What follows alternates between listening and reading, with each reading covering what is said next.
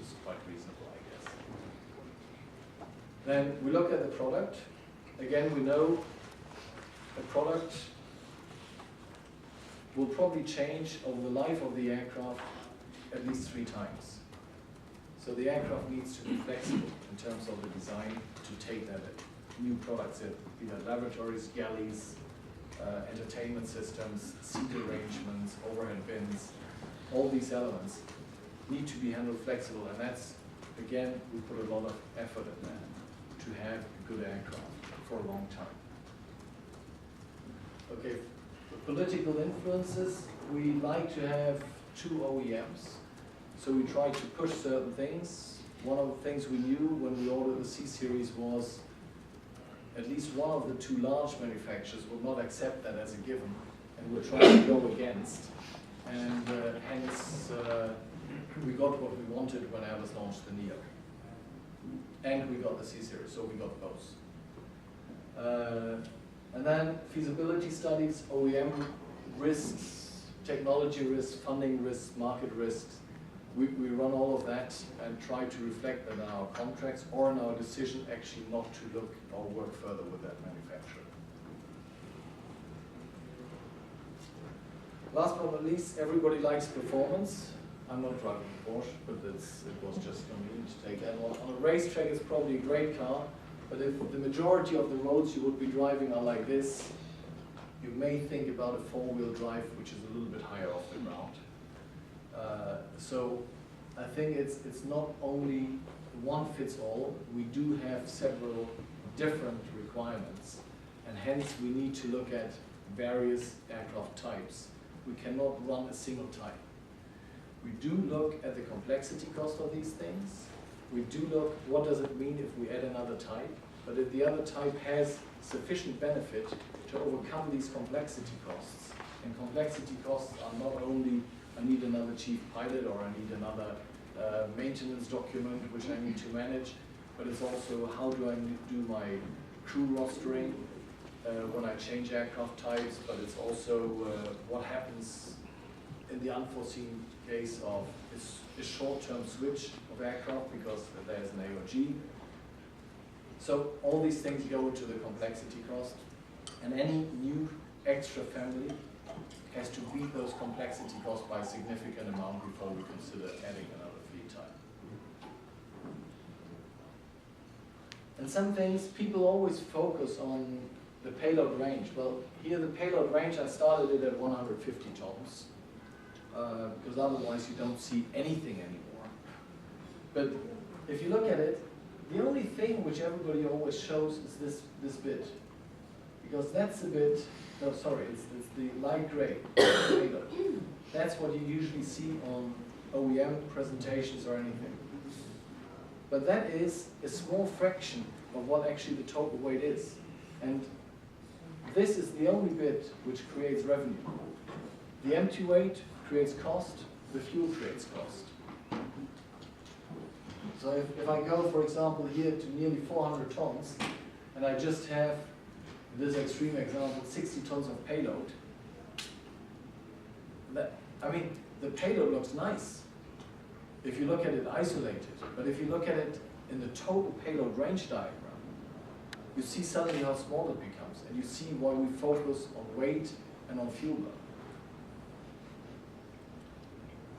Because those are drivers which drive around 75 to 80% of the cost. The capital cost, everybody's focused, oh, Lufthansa spent 36 billion euros on list prices, but that's like, yes, I know it's a lot of money, and it's really a lot of money, but that's this portion. So I better understand what hits me the whole time I have the aircraft, because once I paid for the aircraft, I still have the yellow bit.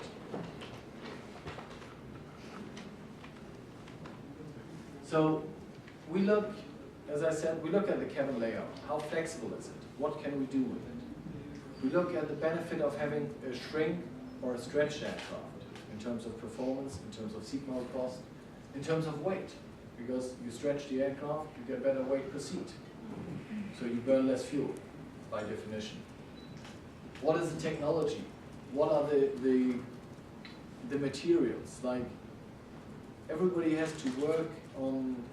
I also have the pleasure or displeasure sometimes to handle the whole Lufthansa insurance part. So for all the units of Lufthansa, to distribute the insurance and to look at who has what damage reports and what happens. And we can be as careful as we want. We know that the truck driver who rams his truck into the side of the aircraft does not need to have been born. He is already there. And we already see it. And it's not intentional, but these things happen. So how long does the ground time then be? Because one is the damage. It's unfortunate, it will be repaired. But what are the repair procedures? How long does it take? And this goes in as well when we look at the total life cycle economics. And that's something when you look at a normal comparison of aircraft cost, you don't see these numbers.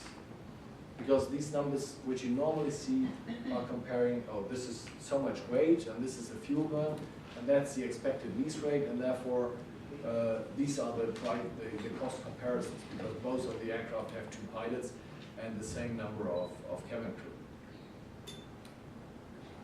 Then another bit is cargo capacity.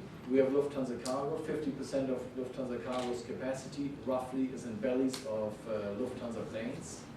So it's a great source of revenue as well. So we need to look at that as well. How much cargo can we have on these aircraft? Last but not least, as I said, performance. It doesn't help me if I have the best aircraft everywhere else, if I can't get it out of the airport.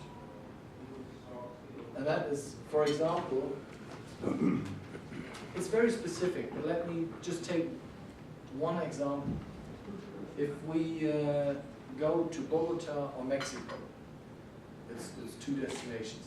Yes, this does not reflect the whole Lufthansa network with hundreds of destinations, but let me just pick 2. We all know the propositions of various long-haul aircraft in this 300-seat class. But if you put a large twin into these airports and want to send it back to Europe, it can't do it. It can do it, but it has a severe payload restriction. And therefore, if you look at the real unit cost, the unit cost of what it can transport, not what it's theoretically able to transport, but the real unit cost, suddenly, even an A340-600 becomes a very profitable aircraft. So there is, it doesn't apply to the whole network, and you can always have examples pro and against, but what I was just saying is, we look at that for long haul, we look at that for short haul operations. So what are the benefits of a combined mixed fleet? What can we achieve with that?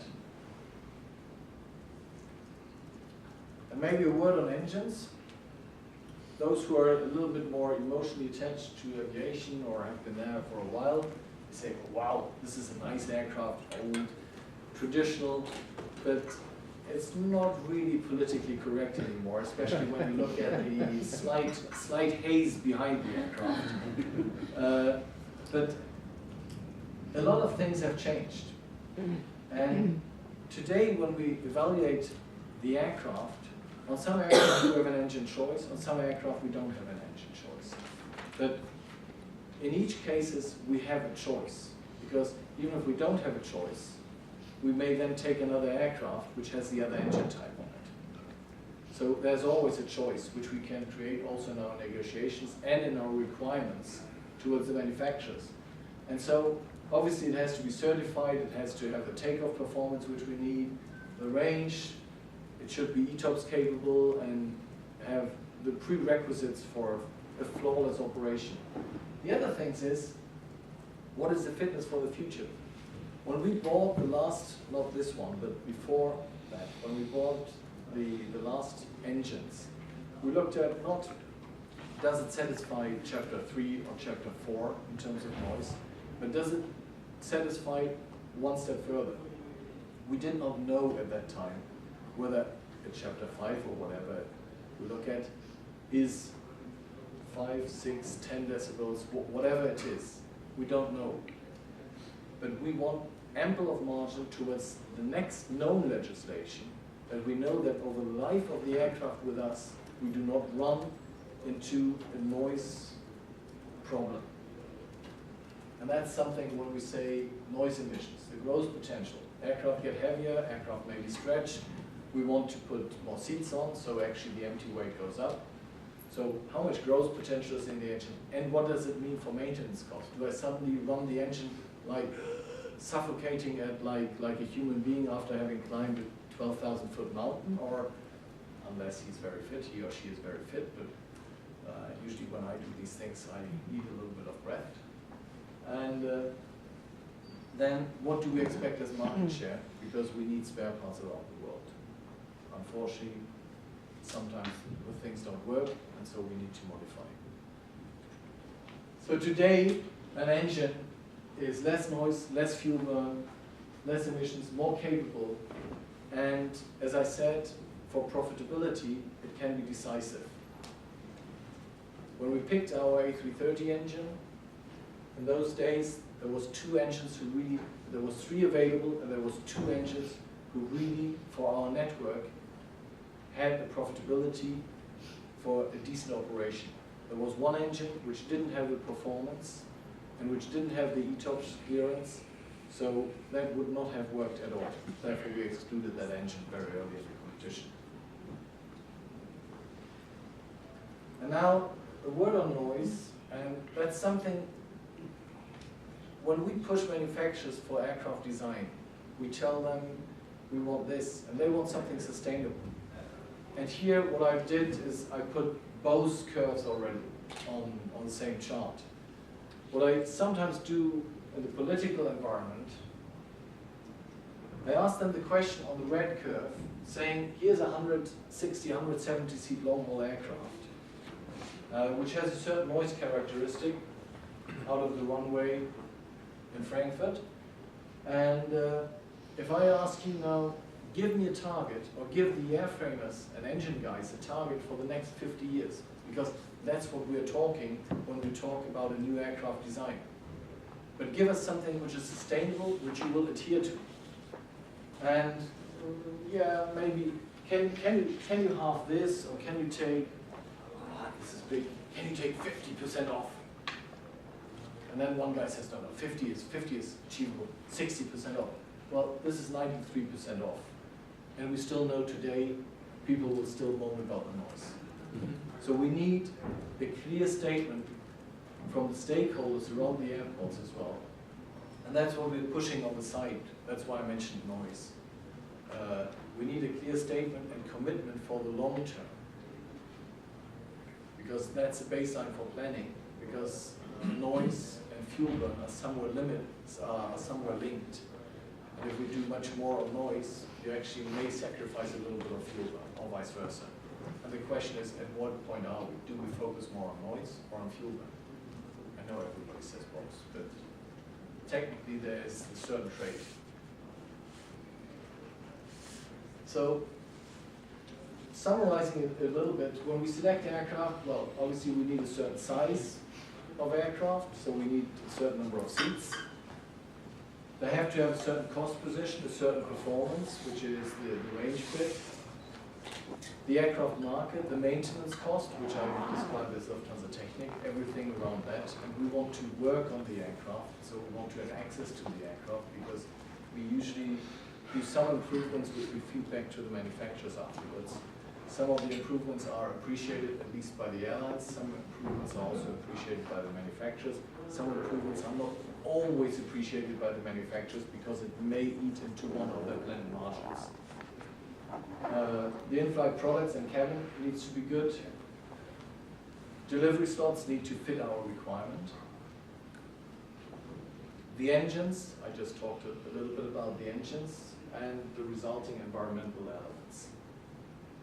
Maybe just one more thing which I'd like to raise, and that's aircraft age. When we age as humans, we always get wiser, and we forget about all the rest. But when I look at the aircraft, here's a 747-400. It's a stable fleet because we haven't taken any aircraft deliveries for a long time on the 747-400. So it's a stable, what we would call a closed fleet. A320s, we always get aircraft, 330s, we get aircraft. So this is like a stable fleet. And you look at the the yellow curve is the dispatch reliability, technical dispatch reliability of the aircraft, and the blue line is the average age of the fleet. So there is no correlation between age and dispatch reliability, because people say sometimes, no, it gets unreliable or so. This is an example why, for example, we have that for every fleet which we have. The 747 ages extremely well. Yes, it would be not the complete picture if I wouldn't say, yes, there's a small increase in maintenance cost. But maintenance cost on the airframe, because the engine you have a continuous maintenance anyway, the maintenance cost of the airframe is probably 7 to 8% of total cost. And if you increase that a little bit, compared to a significant reduction in capital cost, you see actually that this is actually worthwhile. So there's no relation really between age. If you maintain your aircraft properly, if you keep it well, there's no reason why it shouldn't be a reliable operation.